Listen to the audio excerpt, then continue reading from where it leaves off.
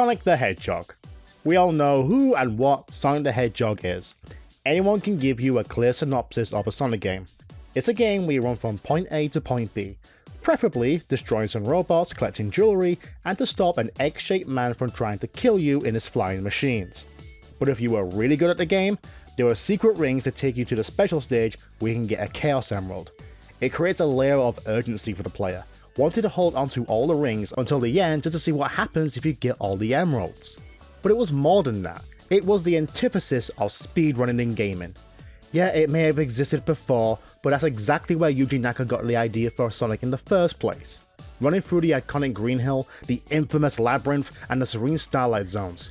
But the game wasn't perfect. It still carried a lot of tropes that come with it being a platformer, so a lot of stages have a lot of stop-go segments that ruin what was supposed to be a fast-paced platformer, some even going on for a whole zone.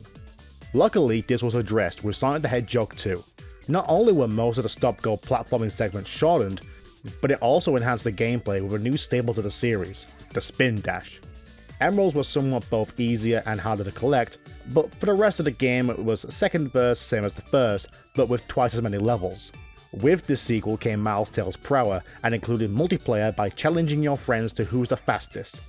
Obviously your friend will never be you because they are always Tails. While Sonic 1 may have started the franchise, Sonic 2 is where it truly came into its own and influenced nearly every title going forward. The game was faster, more streamlined, and collecting the emeralds gave you Super Sonic, a great reward for accomplishing the impossible. It's basically the game saying, well done, now go nuts. Finally, there's Sonic the Hedgehog 3 and Knuckles. This was the apex of classic Sonic game design. Everything was on display. Not only were there more levels, more characters, more emeralds, and new power-ups, but the gameplay was refined to a sharp point like Sonic's quills. The gameplay of Sonic, Tails, or even Knuckles each felt unique, like I'm playing a different game with each character. Though some stages were not accessed by certain characters, and Knuckles had different locations for the bosses compared to Sonic and Tails, each character still had a unique gameplay style. There were secrets and different paths to take that gave each playthrough a unique flavor. This is what you call an evolution of gaming. Many game series start off simple and expand on it in the coming sequels. Crash Bandicoot, Super Mario, even other genres like The Legend of Zelda and Tekken really hit their stride come the third game, and every subsequent sequel builds off of that. While Sonic 2 was the major design change that the series needed, Sonic 3 was the pinnacle of Sonic gameplay and design. Every function worked in tandem with any character and zone. Do you know how hard a game has to work in order to make their water themed level good? Sonic 3 Hydrocity good. No other water zone in 30 years has come close to the Hydro City zone. Since then, there was no 2D Sonic game for a long time until Sega dropped in the console race and started porting their games to Nintendo consoles and a new Sonic game on the handheld console, the Game Boy Advance. So what did Sega bring to this new era of Sonic now that Sega didn't have to manufacture consoles anymore? Absolutely nothing. Almost nothing of what Sonic 3 did to evolve the series is even remotely seen or used. Let's take the elemental shields for example. Not only were there 3 unique shields based on the elements of lightning, fire, and bubble, but each were used in many instances of the game's level design, such as the lightning shield being able to walk across the lightning floors of the Death Egg, or the bubble shield allowing you to breathe underwater, or the fire shield letting you stand in lava, which was extremely helpful for the boss in Lava Reef. Besides the primary use of a shield and secondary use of air, magnetism, and fire resistance, Sonic himself could use a tertiary ability to be able to double jump, launch through the air, and bounce. All Sonic Advance has is the standard shield and the magnet shield, not the lightning shield. You could say it's better than nothing, but it has the same properties it was used for in Sonic Adventure, and it was a nuisance when in conjunction with the Light Dash in Sonic Adventure, but we're not talking about that. The magnet shield adds nothing to the level design other than to draw in nearby rings in order to buy that trumpet for your special Chow in the Chow Garden. I know it seems petty to rant about the lack of elemental shields in Sonic Advance, but again, they added to the overall game design of Sonic 3, and each tertiary function worked with Sonic and they were more than just fancy shields.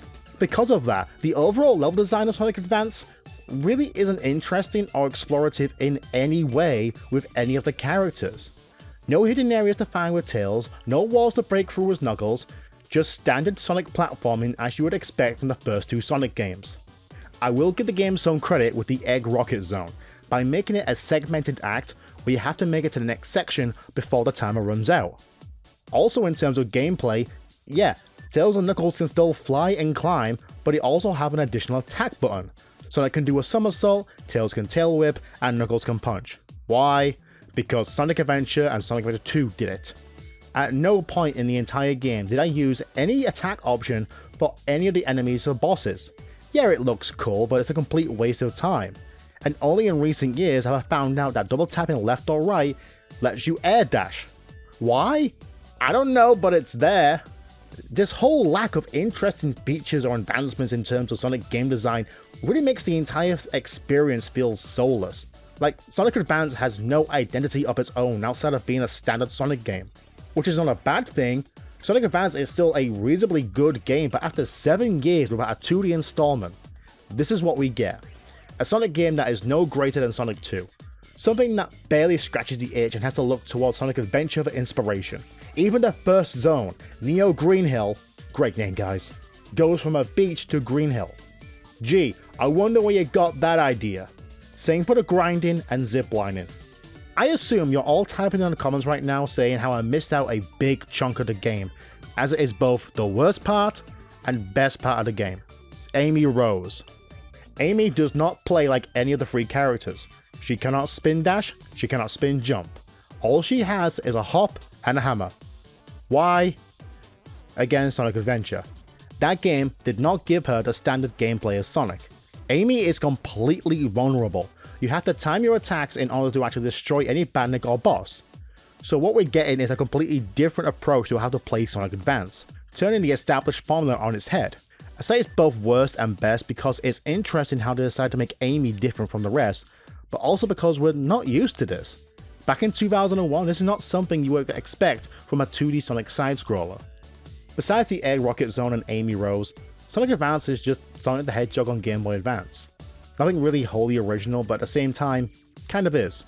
While writing this, I asked a question on Discord and I got a pretty good answer, and it made sense. Comparing Sonic Advance to today's standards of what we expect from a Sonic game isn't exactly fair. At the time, Sega abandoned the console market, so it was exclusively a video game publisher now. Making an enhanced port of Sonic Adventure 2 for the GameCube, as well as making a wholly original game for the Game Boy Advance, was honestly the safest approach they could do. If we take a step back, the Game Boy Advance had a decent amount of ports, especially for the Super Nintendo. The Mario Advance Quadrilogy, Zelda Link to the Past, Donkey Kong Country, and even games such as Metroid Zero Mission and Kirby Nightmare and Dreamland are remakes of NES games. And it's not just Nintendo. Square released a bunch of ports for Final Fantasy, Doom got its eventual port, and for some reason Mortal Kombat 3. For a first outing under all those circumstances, it was pretty good. It doesn't hold up as well today because of the goalposts for platforming design have shifted, but for an early era Game Boy Advance game, it stood out as a meaningful contender. It was a straightforward platformer in a time when Sega needed stability, and it delivered on that. And following it, Sonic Advance 2, 3, and the Rush games found different ways to spice up the Advance experience. When your strongest competition is a series of SNES ports, being original stands out. While I still don't think Sonic Advance is that good of a Sonic game, it does what it needs to do, but I feel Sonic Advance 2 was the game where the Advance series really hit its stride in what we expect from a game with Advance in the title. Maybe I'm biased to expect a Sonic game after 7 years to compete with something on the Genesis, because when they ported the first game to the Game Boy Advance, it didn't work out so well.